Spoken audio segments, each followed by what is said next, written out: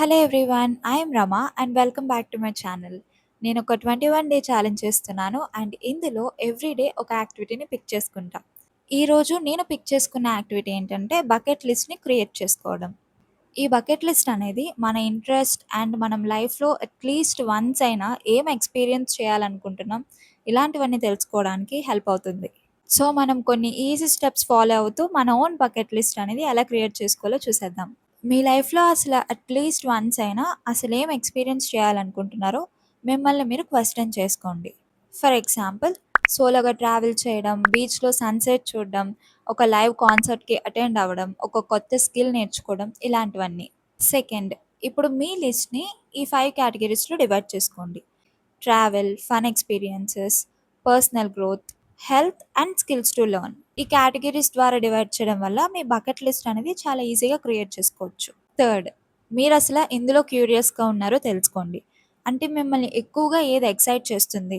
And ఎప్పటినుంచో మీరేదో try చేయాలనుకున్నారు, కానీ ఇప్పటి వరకు అసలు కుదరలేదు అది ట్రై చేయడంలో. అలాంటి థింగ్స్ అన్నీ ఈ లిస్ట్‌లోకొస్తాయి. ఫర్ ఎగ్జాంపుల్, గిటార్ నేర్చుకోవడం, ఒక పాడ్‌కాస్ట్ స్టార్ట్ చేయడం, లేకపోతే కాంటెంట్ క్రియేట్ చేయడం, లేదా ఇయర్‌కి ఇన్ని సర్టెన్ నంబర్ ఆఫ్ బుక్స్ చదవాలనుకోవడం ఇలాంటివన్నీ.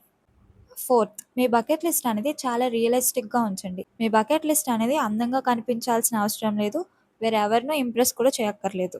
సింపుల్ థింగ్స్, డైలీ వాక్స్ చేయడం, జర్నల్ చేసుకోవడం, మీకిష్టమైన వాళ్ళతో టైమ్ స్పెండ్ చేయడం ఇవన్నీ కూడా ఇందులో కౌంట్ అవుతాయి. మీరు ఫైనలైజ్ చేసిన లిస్ట్‌ని ఎక్కడైనా రాయండి. నోట్‌బుక్, నోట్స్ యాప్ లేకపోతే ఒక సింపుల్ డాక్యుమెంట్‌లో అయినా పర్వాలేదు. దీనికి ఎటువంటి రూల్స్ లేవు. అండ్ ఫైనల్‌గా మీ బకెట్ లిస్ట్ చేంజ్ అవ్వడానికి అలౌ చేయండి. మనం గ్రో అయ్యేటప్పుడు మన ఇంట్రెస్ట్స్ అనేవి మారతాయి. కాబట్టి మీరెప్పుడైనా మీరు మీ బకెట్ లిస్ట్‌ని అప్డేట్ చేసుకోవచ్చు.